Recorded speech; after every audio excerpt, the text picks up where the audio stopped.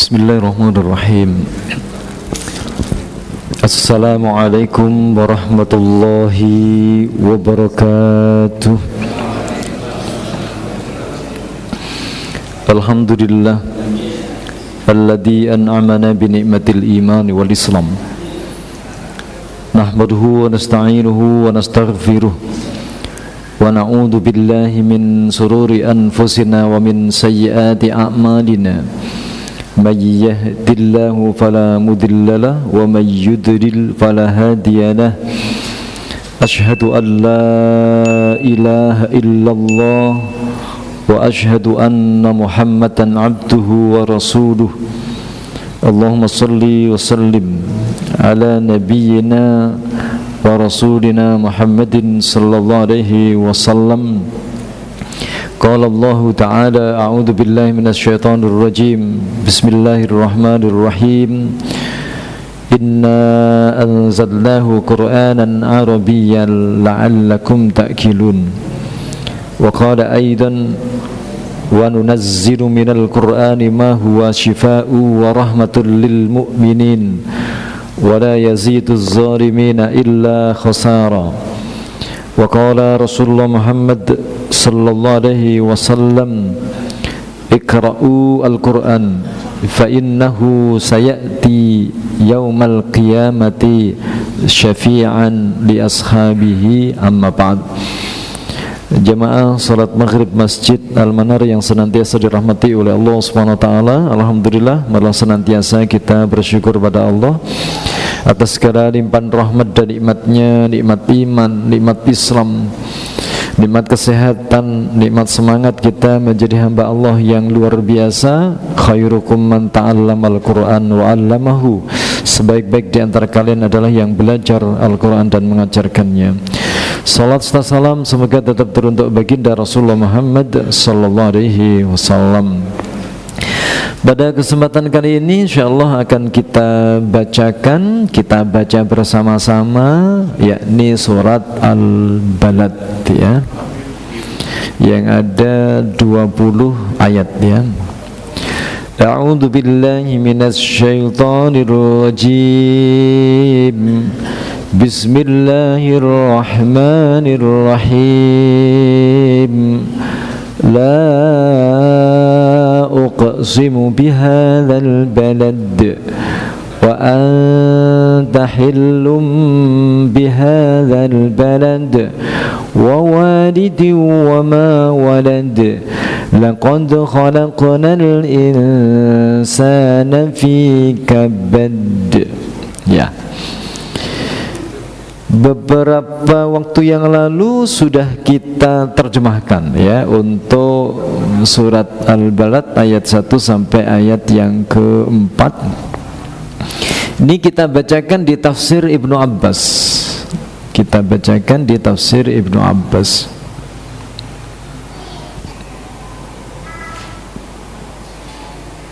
Ya, alhamdulillah.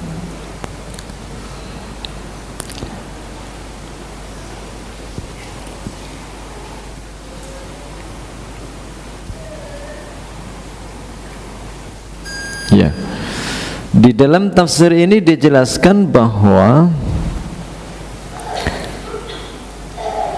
wa bi isnadihi an Ibnu Abbas fi qoulihi ta'ala, dari Ibnu Abbas dalam firman-Nya Allah Subhanahu wa taala, la uqsimu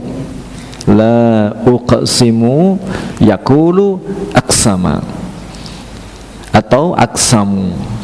Jadi uqsimu di sini artinya tidaklah saya bersumpah. Dikatakan di sini berarti Allah Subhanahu wa taala bersumpah. Kalau Allah bersumpah berarti dalam kaidah kajian balaghah itu dijelaskan apabila diawali sesuatu sumpah maka akan ada lafaz-lafaz yang penting yang harus diperhatikan.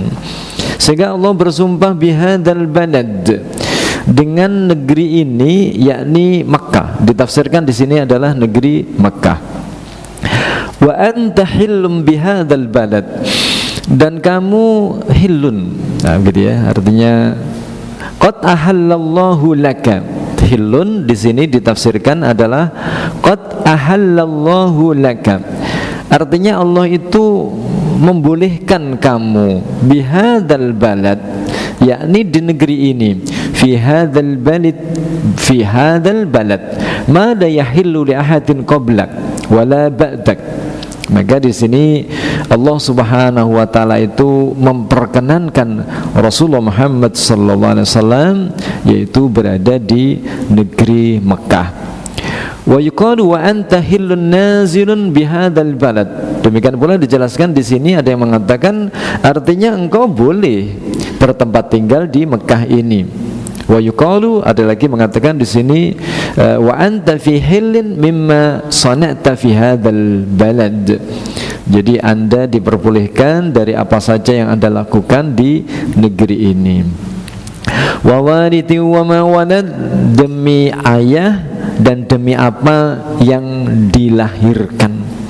Maka di sini ditafsirkan yang dimaksud ayah itu adalah fal walid Adam, yaitu ayah yang pertama dari semua manusia, yaitu Nabi Adam. Wa ma walada banuhu, dan apa saja yang dilahirkan dari anak-anak cucu Adam, ya, anak cucu Adam. Sehingga di sini dijelaskan sehingga muncul ada laki-laki, ada muncul perempuan, sehingga begitu banyak sekali. Itu menunjukkan Allah bersumpah bahwa semua yang ada manusia itu adalah karyanya Allah Subhanahu wa taala.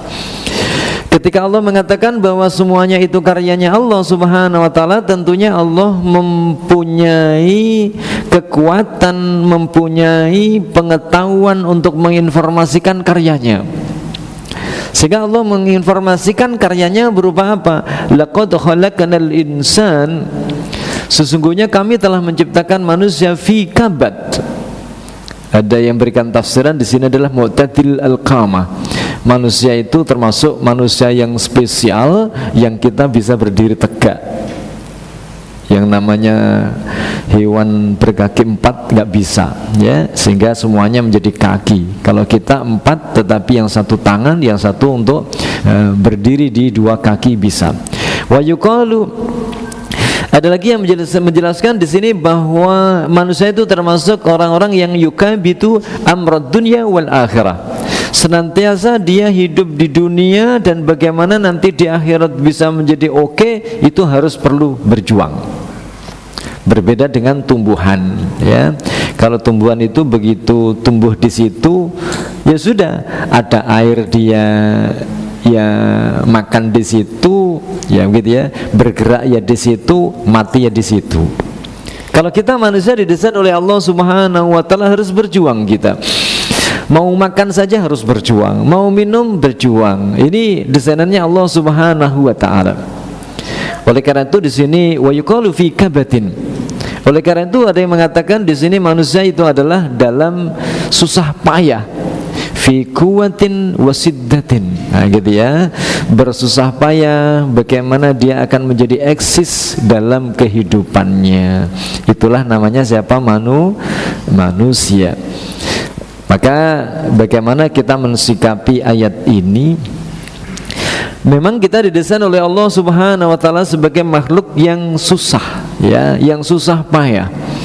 Jadi ada kondisi panas, kita bagaimana biar tidak panas? Sehingga rumah kita dikasih dengan kipas angin. Kipas angin kurang dikasih AC. Sudah ada kipas angin, AC kurang nyaman, pindah kemana? Pindah ke Malang bagi yang punya uang. Nah, gitu ya, nggak nyaman sekarang di Surabaya, pindah ke Malang. Nah, gitu ya, Malang kelihatannya nggak enak, pindah lagi tempat yang lebih sejuk lagi. Itu manusia, ya, manusia. Nah, oleh karena itu kita sendiri mau makan, mau minum saja ternyata kita harus memerlukan tenaga. Makanya banyak saat sekarang ini di antara kita semuanya, inilah desainan Allah Subhanahu wa taala yang sungguh luar biasa. Maka bagaimana cara kita memandang? Contoh, nah gitu ya, mungkin dengan kita kondisi kita maaf sakit, ya gitu ya. Sakit itu menyenangkan atau menyusahkan? Ya, kata siapa? Betapa banyak mereka itu, maaf dalam tanda petik, banyak orang yang bisa makan, banyak orang kaya gara-gara ada orang sakit. Betul ya? Iya, betapa banyak karyawan, ada dokter, ada suster, ada perawat, siapa lagi? Toko obat, pembuat pabrik obat, itu bisa makan gara-gara iya betul kan begitu ya. Jadi inilah manusia. Awit ya. Di balik kesusahan itu ternyata menguntungkan. Maaf, orang bodoh itu menguntungkan siapa? Nah, orang bodoh itu menguntungkan siapa? Ya akhirnya orang pinter kan. Berdirilah sekolah, berdirilah lembaga pendidikan, berdirilah pondok pesantren. Di balik Allah menciptakan manusia kondisi kabat inilah, Masya Allah, di balik semuanya itu ternyata ada kekuatan-kekuatan hikmah yang luar biasa dari Allah Subhanahu wa ta'ala. Oleh karena itu tinggal kita saat sekarang ini dengan kondisi-kondisi yang susah itu sebenarnya cara pandang yang mungkin kurang pas ketika kita semuanya memandang susah. Ada orang yang dia usianya sudah 69, mulai kuliah S1, menyusahkan atau menyenangkan? Selesai dari kuliah usia sudah 70 berapa berarti, tambah 4, 73. Dia masih berusaha untuk kuliah S2. Kuliah itu menyenangkan atau menyusahkan? Apalagi kuliah S2. Begitu dia 2 tahun selesai usia 75, dia kepingin langsung melanjutkan S3-nya. Masya Allah. Mungkin kita kadang-kadang ngaji maghrib sampai isya aja kadang-kadang sempat. Masya Allah. Jadi inilah Allah memang menjadikan kita semuanya dalam posisi susah, tetapi di balik kesusahan itu Allah membuat sebuah hikmah yang luar biasa. Makanya suatu saat ketika ada seorang tanya kepada Syekh Al-Azhar, ya Syekh, kenapa Allah ciptakan orang seperti sifatnya seperti Pak Benyamin Netanyahu? Wes orangnya itu dolim, orangnya kafir, orangnya Masya Allah berbuat. Apa kata Syekh tersebut? Jawabannya adalah cukup singkat. Itulah Allah menciptakan orang seperti itu biar kita mampu gak untuk kita berjuang melawannya. Melalui itulah kita semuanya bisa masuk surga. Gitu ya. Jadi kembali lagi, di balik kesusahan-kesusahan itu ada hikmah yang luar biasa. Tapi nanti kata Allah Subhanahu wa ta'ala, ada orang yang mereka semuanya menganggap kesusahan itu berarti ketidaksempurnaannya Allah dalam menciptakan manusia. Siapa orang yang seperti itu dan mereka hidupnya masih dalam kesusahan saja? Satu, dijelaskan oleh Allah dalam ayat berikutnya lagi, ayahsabu an la yaqdira alaihi ahad. Ya, ayadunnu, ayahsabu itu apakah dia mengira? Ayadunnu, siapa yang mengira di sini? Al-kafiru fi quwwatihi wa syiddatihi. Orang-orang kafir itu mengira dengan kekuatan dia yang dia bisa mandiri. Dari sisi makan dia bisa nyari makan sendiri, dari sisi bertani dia bisa bercocok tanam sendiri, dari sisi kesehatan dia bisa mengembangkan sendiri, wasyiddati, dan kekuatannya yang luar biasa tadi, sehingga muncullah orang-orang sekuler. Orang-orang sekuler. Orang-orang sekuler ini hidupnya senang atau susah? Kata Allah Subhanahu wa ta'ala, mereka hidupnya susah. Kenapa? Alla yaqdira alaihi ahad. Karena dia tidak merasa dirinya ada seorang pun yang menguasainya. Sehingga di sini dijelaskan oleh Allah Subhanahu wa ta'ala dalam tafsirnya bahwa yakni ala akhdhihi wa akubatihi ahadun, yakni Allah Subhanahu wa ta'ala.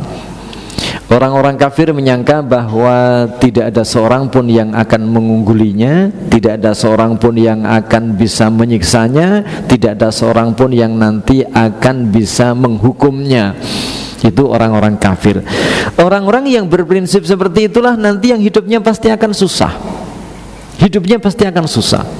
Maaf, contoh, kalau orang itu hidup bercocok tanam sendiri, jadi ya, setelah itu harus membuat rabuk sendiri, setelah itu nanti juga dimasak sendiri, dimakan sendiri, hidupnya hanya itu saja dalam kesehariannya.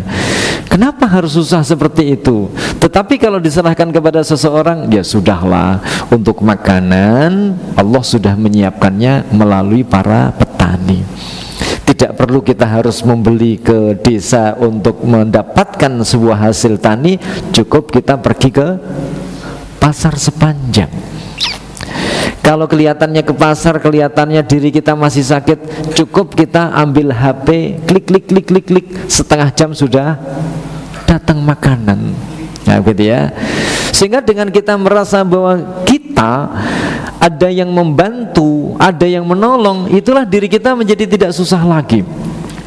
Maka kata Allah Subhanahu wa taala yang sampaikan di dalam Al-Qur'an, di dalam surat Al-Baqarah ya, Allahu waliyul ladzina amanu yukhrijuhum minadh dhulumati ilan nur walladzina kafaru awliya'uhumut taghut yukhrijunahum minan nuri ilad dhulumat.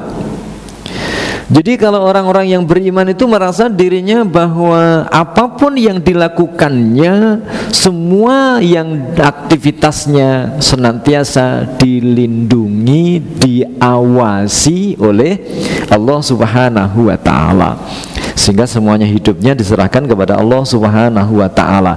Ketika kita memasrahkan segala sesuatunya itu kepada Allah Subhanahu wa taala, maka hidup kita akan menjadi tenang.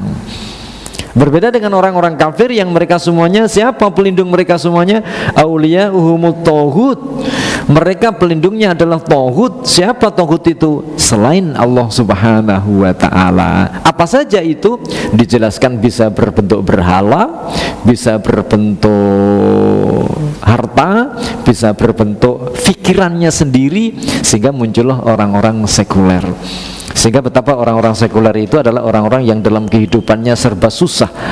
Kelihatannya mereka dari sisi kelas ekonominya luar biasa, kelihatannya dari sisi pakaiannya, dari sisi hartanya sungguh luar biasa.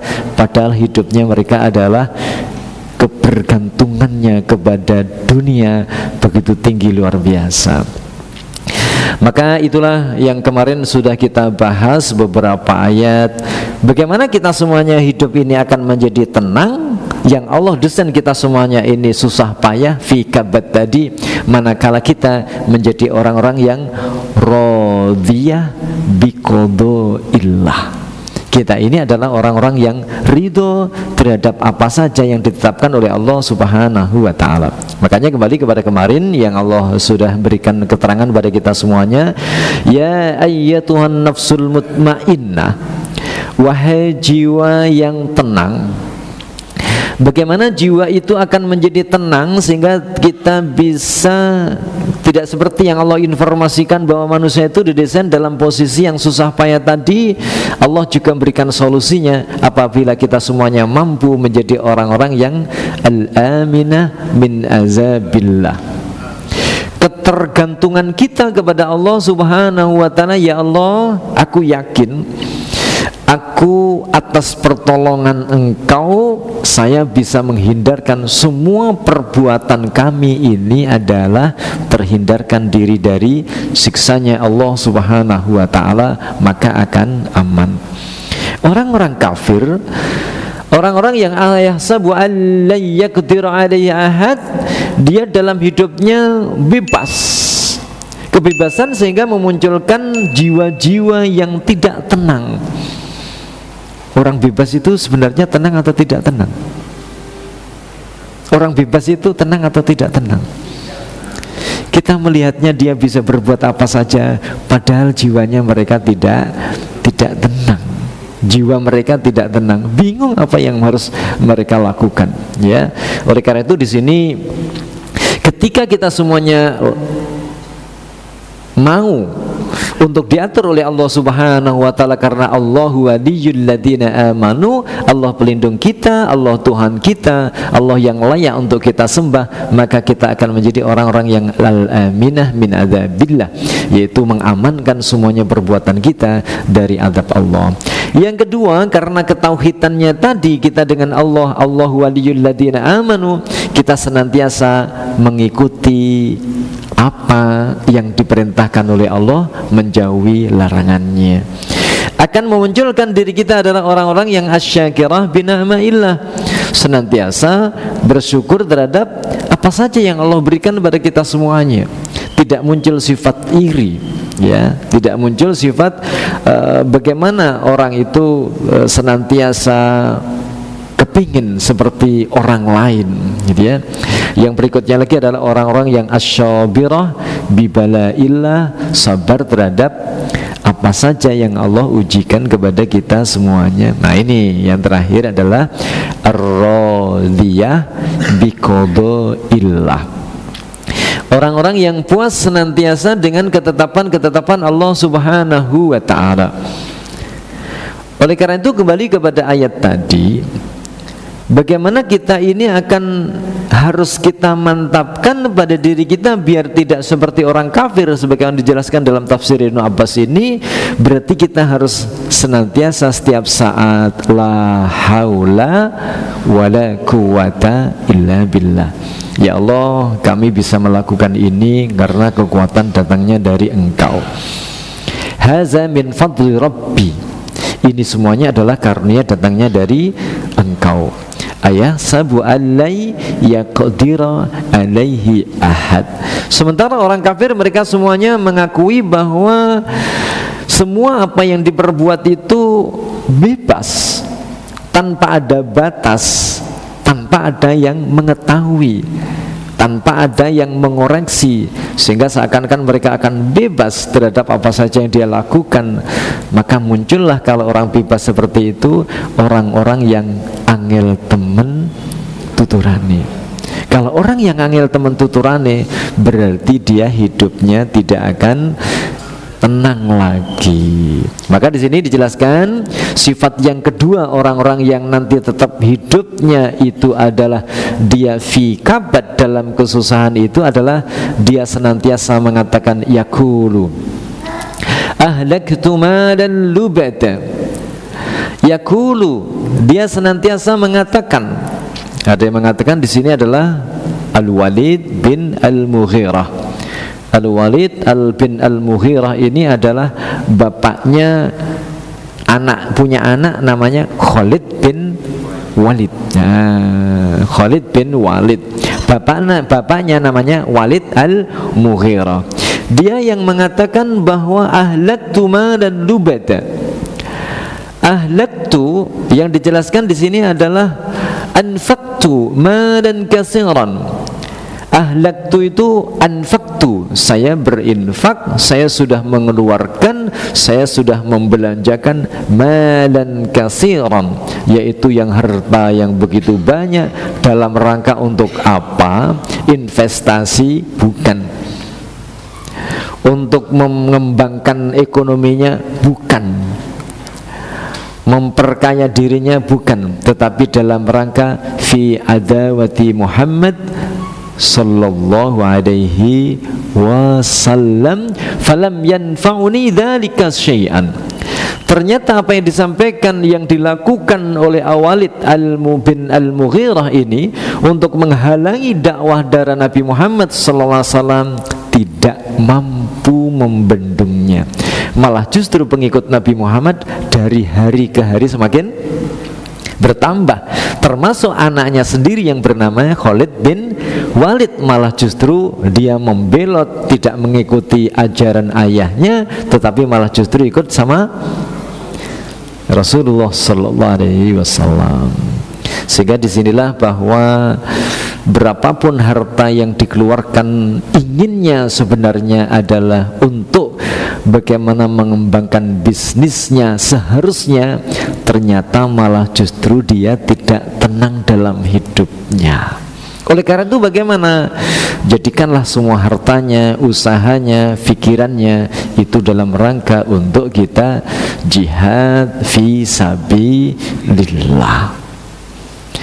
Maka di sini dijelaskan oleh Allah Subhanahu wa taala yang ketiga, orang itu nanti hidupnya akan merasa susah. Alam yarahu ahad. Apabila orang itu dalam hidupnya tidak merasa diawasi oleh Allah Subhanahu wa taala. Maka kata Allah Subhanahu wa taala, ala bi dzikrillahi tatma'innul qulub. Ingatlah, dengan mengingat Allah hati kamu akan tenang. Dengan mengingat Allah hati akan tenang. Alam yarahu ahad. Dia berprasangka hidupnya itu susah karena dia mengetahui bahwa tidak ada seorang pun yang akan nanti melihatnya. Jadi di dalam tafsir ini dijelaskan lam yarallahu sani'ahu anfaqa amla summa dzakara minnatahu alaihi faqala.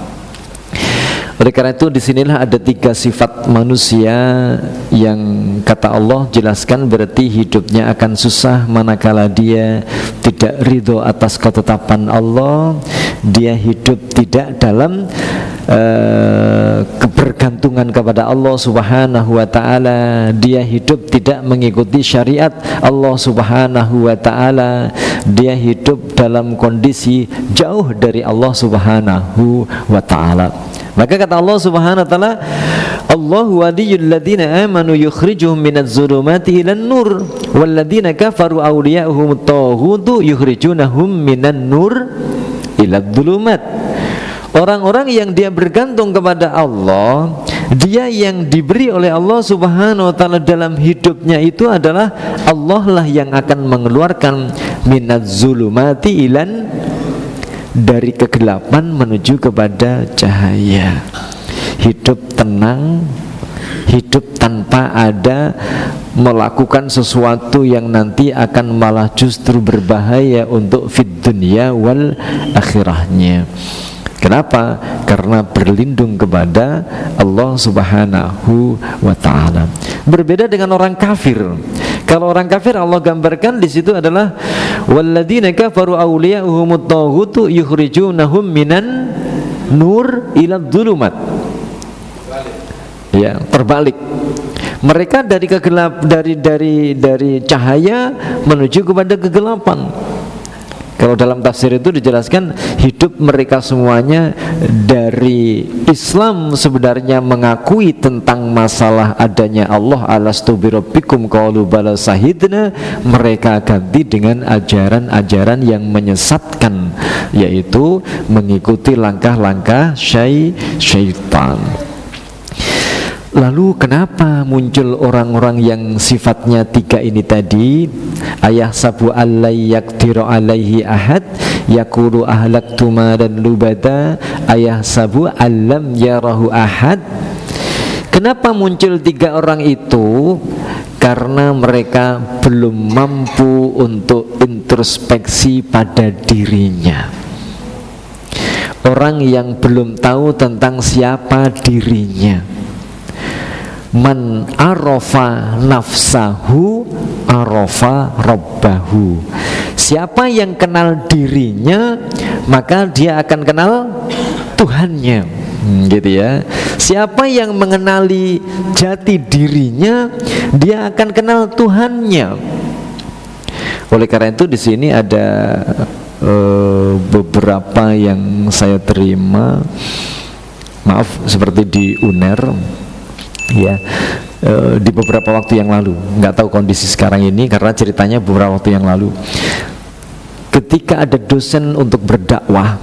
Kalau seperti di IAIN yang sekarang UINSA itu kan masing-masing fakultas kan bisa berdakwah Islam. Tapi kalau di UNER itu yang paling mudah untuk bisa berdakwah itu di fakultas apa? Kedokteran. Kenapa? Karena di fakultas kedokteran itulah dia mengungkapkan, dia meneliti, dia mengobservasi bagaimana rambut, bagaimana kulit, bagaimana tulang, bagaimana darah, bagaimana fisik manusia. Ya begitu ya. Tinggal tergantung dosennya saja yang mengajarkan. Sehingga kata Allah Subhanahu wa taala, alam naj'al lahu 'ainain.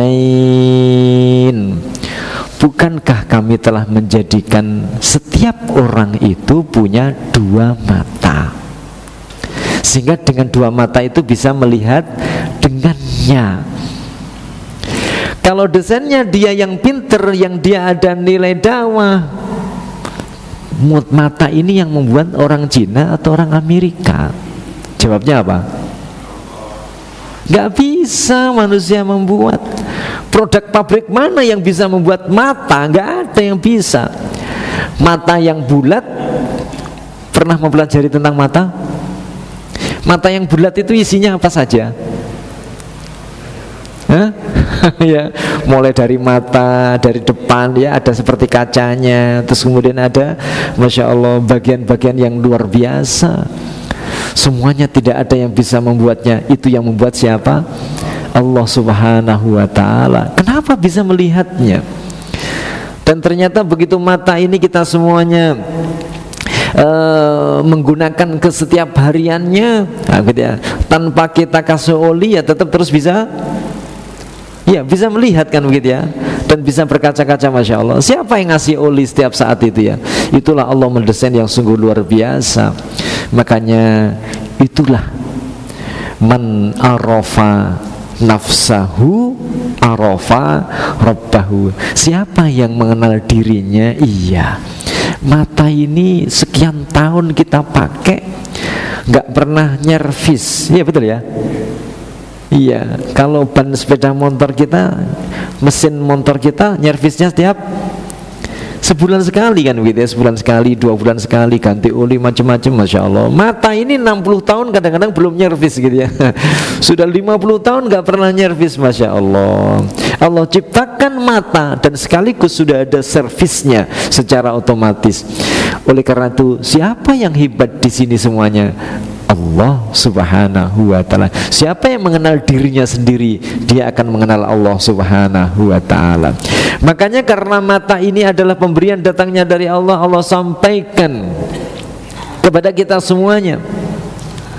Bagi orang-orang yang beriman, hendaklah dia yaghudduna min absarihim. Bagi orang perempuan, hendaklah yaghudduna min absarihinna. Hendaklah mata ini digunakan untuk apa? Menahan pandangan matanya dari melihat sesuatu yang diharamkan. Masya Allah. Kalau zaman dahulu kita kepingin istilah, ada namanya, kamu mau kemana? Cuci mata. Ada ya dulu ya istilah ya. Sebelum ada HP, kamu mau kemana? Cuci mata. Cuci matanya kemana Pak? Kemana? Ke mall. Masya Allah. Maksud cuci mata itu berarti berpahala atau dosa? Hah? Dosa ternyata kan begitu ya. Nah sekarang orang berbuat dosa cukup HP kita loh ya. Mau mencari mesin pemotong besi, gitu ya. Mencari mesin pemotong kayu, misalkan saja, cari mesin pemotong kayu. Ternyata ada contoh di situ mesin pemotong kayu. Loh, di situ yang dicontohkan itu loh ternyata wanita yang seksi. Bayangkan ya, masya Allah. Akhirnya yang dilihat wanitanya seksinya atau gergajinya. Masya Allah. Alam naj'al lahu 'ainain. Oleh karena itu di sini Allah sampaikan, dibuka oleh Allah Subhanahu wa ta'ala. Kalau kamu kenal diri kamu, dari mana kamu itu bisa melihat sumber kita semuanya bisa melakukan sesuatu, itu mata. Bisa berjalan karena ada mata, kita bisa makan, ada mata, kita bisa minum karena ada mata, bisa menikmati pandangan dunia karena mata. Sungguh luar biasa. Alam naj'al lahu 'ainan. Mau digunakan apa mata ini? Digunakan untuk beribadah atau maksiat? Bayangkan ya, begitu kita di jalan, yang kita lihat yang baik-baik sudah ibadah. Begitu kita megang HP, biasanya untuk baca Quran atau lihat Iya, Masya Allah gitu ya. Alam naj'al lahu ainin. Tinggal hati kita nanti untuk yang menang yang mana ya. Kalau kita bergantung kepada Allah, Allah akan jadikan mata ini nanti senantiasa menjadikan minaz zulumati ilan nur. Nah, gitu ya, minaz zulumati ilan nur. Termasuk kata Allah Subhanahu wa taala, coba perhatikan, walisanan. Termasuk kamu semuanya punya lisan, 2 bibir, 1 lidah. Apakah mesti bisa berbicara? Tidak. Kuda itu juga punya 2 bibir, dua punya lidah, juga punya gigi, bisa bicara. Kuda nggak bisa, sapi nggak bisa, kambing nggak bisa, sama seperti kita. Dan ternyata di antara kita pun kadang-kadang juga tidak bisa berbicara. Masya Allah, nikmat yang luar biasa lisan ini. Makanya bagaimana kita semuanya akan menjadikan ternyata sungguh luar biasa Allah memberikan nikmat kepada kita semuanya ini. Lalu kalau begitu, akankah kita menjadi orang-orang yang susah dengan lisan itu, atau malah justru kita mendekatkan diri kita kepada Allah Subhanahu wa taala. Wa syafatain, dan 2 bibir. Oleh karena itu di sini Allah juga sampaikan kepada kita semuanya bagaimana biar kita tidak susah. Allah sampaikan di sini agar kita mampu untuk berpikir. Wahai pembaca surat Al-Balad, wa hadainahun najdain, kami telah memberikan petunjuk kepada manusia itu 2 jalan, najdain. Bayanna lahu, kami jelaskan kepadanya at-tariqaini, yaitu 2 jalan. Apa itu? Yaitu tariqal khairi wasyarri. Tariqal khairi wasyarri. Ada 2 jalan, jalan yang baik dan jalan yang oleh karena itu ketika ada orang kafir, itu kehendak Allah atau kehendak manusia itu? Ketika ada orang berbuat jahat, itu kehendak Allah atau kehendak manusia? Manusia. Allah sampaikan tadi ya, wa hadainahun najdain. Kalau kamu ke kanan baik, ke kiri buruk. Milih mana manusia? Ternyata banyak yang memilih yang buruk. Nah, begitu ya.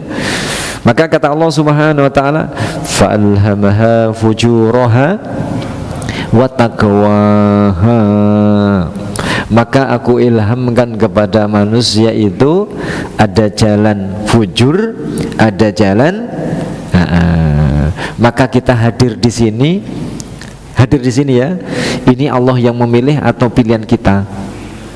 Orang tidak hadir di sini itu pilihan Allah atau pilihan orang? Semua adalah kita diberi kebebasan untuk memilih. Tetapi semua kebebasan untuk memilih itu semuanya nanti akan ada pertanggungjawabannya. Makanya kembali lagi pada Allah Subhanahu wa taala, wa hadainahun najdain, kami berikan jalan kebaikan dan jalan keburukan. Kami berikan jalan Islam dan kami beri jalan kekafiran. Terserah Anda mau pilih yang mana. Maka di sini Allah sampaikan kepada kita semuanya ayat yang setelahnya. Allah memberikan keterangan kepada kita semuanya, kalau begitu kita milih yang mana? Orang-orang yang beriman yang hidupnya tidak akan susah itu, maka hendaklah kita semuanya akan memilih falaqtahamal aqabah. Falaqtahamal aqabah. Maka tidaklah kenapa mereka memilih jalan yang mendaki. Apa sih jalan yang mendaki itu? Jalan yang mendaki yang harus kita pilih adalah fakku raqabah. Fakku raqabah, yaitu membebaskan perbudakan, menghilangkan kesusahan. Tapi orang sekarang nggak begitu. Kalau bisa dipersulit, kenapa? Ya betul begitu ya. Wong jalan sudah enak begini kan ya, dipersulit, dikasih apa? Polisi tidur, bayangkan ya, kan sudah enak kan begitu, dikasih polisi tidur ya. Kita itu kadang-kadang gimana ini ya. Dari kantor ke kantor sebenarnya tinggal mau cari surat apa Pak? Oh ya siap. Oh kebetulan Pak Kepala ada. Tunggu dulu sebentar ya. Kan bisa seperti itu ya. Ini kelihatannya harus 1 hari 2 hari. Tapi begitu dibuka mapnya ternyata ada amplopnya. Oh hari ini bisa selesai. Bisa berubah gitu ya. Iya. Siapa itu? Ternyata kita juga begitu. Kita juga begitu ternyata. Masya Allah. Fakkur raqabah. Mampukah kita semuanya memilih jalan yang menurut orang itu sulit, tapi sebenarnya itu adalah menjadikan perkara-perkara bagi orang lain mudah. Senantiasa menolong orang yang dalam kesusahan, termasuk para anak yatim yang mereka hidupnya sangat-sangat berkekurangan, atau orang-orang miskin zamatrabah, yaitu orang-orang miskin yang mereka turop itu tanah. Au miskinan damatrabah, mereka itu yang beralaskan tanah, yang beratapkan langit. Ada orang begitu ya. Nah ini yang patut disantuni. Maka dari itu di surat ini ditutup oleh Allah Subhanahu wa ta'ala. Oleh karena itu yakinkan. Summa kana minal ladzina amanu. Kemudian mereka orang-orang yang memilih jalan yang iman tadi, watawasau bis sabri, senantiasa memberikan kewasiatan tentang masalah kesabaran gitu ya, dan saling kita berkasih sayang. Kata Allah Subhanahu wa taala, ulaika ashabul maimanah, mereka itulah orang-orang yang berada di jalur benar. Mereka adalah orang-orang yang berada di kanan, artinya adalah ekstrem kanan, adalah yang baik. Sementara orang yang memilih jalan yang jahat tadi, orang yang memilih kesusahan tadi, mereka adalah hum ashabul mas'amah alaihim narum musoda. Mereka adalah kelompok kiri, kelompok yang susah, yang mereka pasti akan mendapatkan kesusahannya. Di dunianya susah, di akhiratnya susah. Kenapa? Karena memilih jalan yang salah. Inilah Quran membimbing kepada kita semuanya. Insya Allah hidup penuh dengan barakah, hidup dengan ketenangan, hidup dengan ketentraman, hidup dengan kedamaian, sehingga Allah jadikan kepada kita semuanya insya Allah juga dipermudah dalam mencari rizki yang barakah. Allah bimbing keluarga kita menjadi keluarga yang barakah, sakinah, mawaddah, warahmah. Anak-anak kita anak-anak yang solih dan solihah. Allahumma anfa'na bima 'allamtana wa 'allimna ma yanfa'una zidna ilma. Subhanakallahumma wa bihamdik asyhadu an la ilaha illa anta astaghfiruka wa atubu ilaik. Wal 'afwu minkum akhirul kalam. Wassalamualaikum warahmatullahi wabarakatuh.